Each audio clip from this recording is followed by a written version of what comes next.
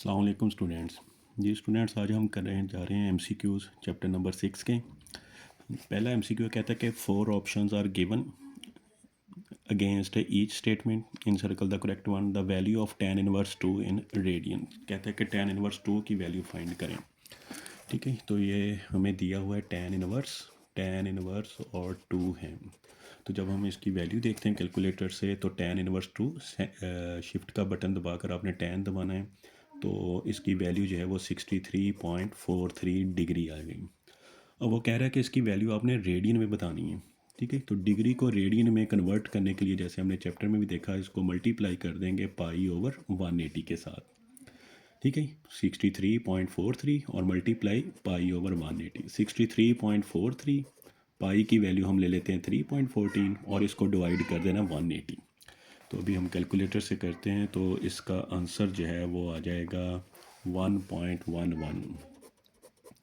ठीक है, तो ये इसका करेक्ट ऑप्शन आ गया। अब ये जो बुक है ये ओल्ड बुक थी पहले, तो इसमें दोनों वैल्यू सी और डी गलती हुई हैं, तो इसका डी ऑप्शन आएगा। ठीक है, 1.11 इसका ऑप्शन आ जाएगा। इसी तरह है सेकंड एमसीक्यू है। सेकंड एमसीक्यू में कहता है in a right triangle the hypotenuse is 13 unit.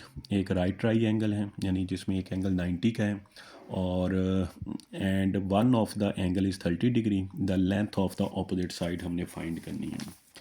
अब इसको भी हम सॉल्व करते हैं। उसकी कंडीशन के मुताबिक कहता है कि एक राइट एंगल ट्राइंगल है जिसमें जो हाइपोटेनस है उसकी वैल्यू दे दी वो है 13 यूनिट।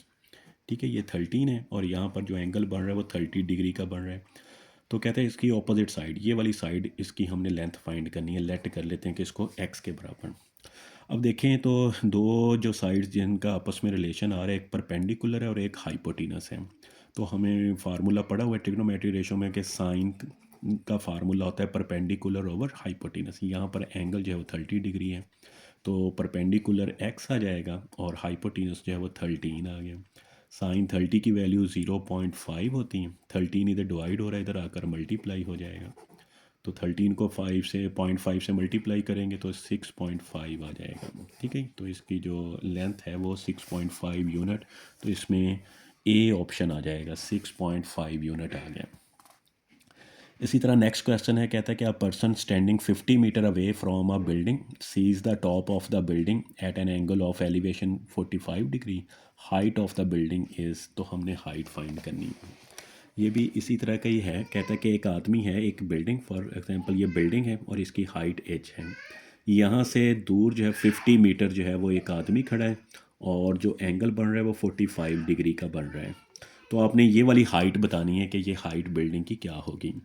तो अभी हम अगर रिलेशन देखें इसमें, तो ये परपेंडिकुलर है और ये बेस है, तो ट्रिग्नोमेट्रिक रेशियो होती है tan 45 जो है ये इक्वल होता है परपेंडिकुलर ओवर बेस। बेस अब 50 है और परपेंडिकुलर h आ गया, तो tan 45 की वैल्यू 1 होती है। h/50 आ जाएगा, 50 उधर जाकर मल्टीप्लाई होगा तो h इज़ इक्वल टू 50 के आ जाएगा। तो अब इसमें जो आंसर है वो 50 मीटर वाला आंसर आ जाएगा, ए ऑप्शन आ गया। नेक्स्ट कह रहा है secant square theta minus tan square theta, तो ये एक आइडेंटिटी है। ठीक है, तो secant square theta minus tan square theta, इसको आपने याद रखना है कि ये इक्वल टू 1 होता है। ठीक है, बेसिक फार्मूला होता है secant square theta is equal to 1 plus tan square theta. तो अगर प्लस tan जो है वो इधर आ जाएगा तो माइनस tan हो जाएगा, तो इक्वल टू 1 बच जाएगा। तो इसमें 1 वाला जो ऑप्शन है वो देखते हैं, बी ऑप्शन आ जाएगा। नेक्स्ट है, कहता है साइन थीटा जो है वो इक्वल है 3/5 के and theta is an acute angle cos square theta की वैल्यू आपने फाइंड करनी है। जी, साइन थीटा जो है वो उसने दे दिया। कहता है साइन थीटा जो है वो इज़ इक्वल टू 3/5 के हैं, तो कॉस स्क्वायर थीटा आपने फाइंड करना है। तो यहाँ पर भी हमने एक आइडेंटिटी का फार्मूला लगाना है। Cos square theta is equal to होता है 1 माइनस साइन स्क्वायर थीटा। ठीक है, cos square theta is equal to 1 minus sine square theta. तो 1 माइनस साइन की जगह पर आ जाएगा 3/5 का स्क्वायर। 1 माइनस 3 का स्क्वायर 9, 5 का 25, तो 25 एलसीएम 25 और -9, 25 में से 9 माइनस करेंगे तो 16/25। अब देखते हैं कौन सा ऑप्शन है, ये 16/25 सी ऑप्शन इसमें आ जाएगा। नेक्स्ट कह रहा है कि 5 पाई ओवर 24 रेडियन है। इसको कहता है कि डिग्री में जो है वो आपने चेंज करना है। तो ये आ जाएगा 5 पाई ओवर है 4 ओवर है 24। ये रेडियन में दिया हुआ, कहता है कि इसको आपने डिग्री में चेंज करना है। तो जब भी रेडियन को डिग्री में चेंज करना हो तो किससे मल्टीप्लाई करते हैं, 180 ओवर पाई से मल्टीप्लाई कर देना है। तो ये पाई से पाई कैंसिल हो जाएगा। 24 को इधर अगर हम कैंसिल करें तो 24 को 12 और ये आ जाएगा 90 के, ठीक है। फिर आ जाएगा 2 6 12 और ये आ गया 45। तो 3 2 6 और ये 15 आ जाएगा। 15 को 5 से मल्टीप्लाई करेंगे 75/2, तो ये 37.5 डिग्री आ जाएगा। 37.5 डिग्री इसका ऑप्शन आ जाना है। नेक्स्ट जो है वो है, कहता है कि 292.5 डिग्री है, इसको कहता है रेडियन में चेंज करें, ठीक है। 292.5 डिग्री और इसको हमने चेंज करने रेडियन में, तो 292.5 और मल्टीप्लाई कर दें इसको पाई ओवर 180 से। जब डिग्री को रेडियन में कन्वर्ट करना होता है तो पाई ओवर 180 से इसको मल्टीप्लाई कर देते हैं। तो यहाँ पे पाई की वैल्यू पुट करेंगे तो इसकी पाई जो आंसर हमारे आ रहे हैं वो सारे पाई की शक्ल में ही आ रहे हैं, तो पाई की वैल्यू नहीं आपने पुट करनी। बाकी इसको हल कर लें, 292.5 को 180 पे सॉल्व कर लें, कैलकुलेटर से करेंगे तो इसका आंसर आ जाएगा 1.625 और पाई साथ में वैसे ही आ जाएगा। तो इसमें डी ऑप्शन जो है ये आ जाएगा। नेक्स्ट कहता है which of the following is valid identity, इनमें से कौन सी आइडेंटिटी जो है वो वैलिड होगी। तो ये सारे फार्मूले लिखे हुए हैं ट्रिग्नोमेट्री के, ठीक है। तो यहाँ पे पहली ऑप्शन है cos π/2 और minus theta. cos π/2 minus theta जो है, अब ये याद रखना है कि जब भी 90 का एंगल हो और उसमें से जब भी यहाँ पे 90 का एंगल हो तो कॉस जो है वो साइन में चेंज हो जाता है, ठीक है। इसको कहते हैं ऑड एंगल, π/2 ऑड एंगल होता है और जब भी कोई ऑड एंगल आ जाए तो कॉस जो है वो साइन में कन्वर्ट हो जाता है।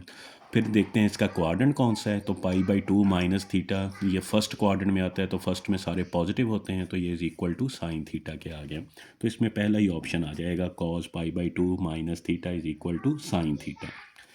नेक्स्ट है साइन 60, तो ये आपने टेबल से इसकी वैल्यू याद करनी है। साइन 60 की वैल्यू जो है वो 3√2 होती है, ठीक है। साइन 60 इज इक्वल टू 3√2 के आ जाएगा। और लास्ट MCQ है इसका, कहता है कि cos square pi plus sine square 100 pi, cos square 100 pi plus sine square 100 pi, तो इसका हमने बताना है। तो अब हमने फार्मूला पढ़ा हुआ है कि साइन स्क्वायर थीटा और प्लस कॉस स्क्वायर थीटा ये इज इक्वल टू 1 के होते हैं। अब इस फार्मूले में लॉजिक क्या है इसमें कि थीटा जो है वो सेम होना चाहिए, साइन भी स्क्वायर में हो, कॉस भी स्क्वायर हो, सेंटर में प्लस हो और थीटा भी सेम होने चाहिए, ठीक है। अगर थीटा सेम आ रहे हैं, चाहे कोई भी थीटा आ रहा हो, sine square 45 plus cos square 45 कर लें या sign square 100 plus cos square 100 कर लें, कुछ भी हो, यहाँ पर जो एंगल्स हैं वो सेम आने चाहिए। तो इसका आंसर किसके इक्वल होता है, 1 के इक्वल होता है। ये भी एक आइडेंटिटी है। तो sine square cos square 100 pi plus sine square 100 पाई, इसका आंसर जो है वो क्या आ जाएगा, 1 आ जाना है। Thank you.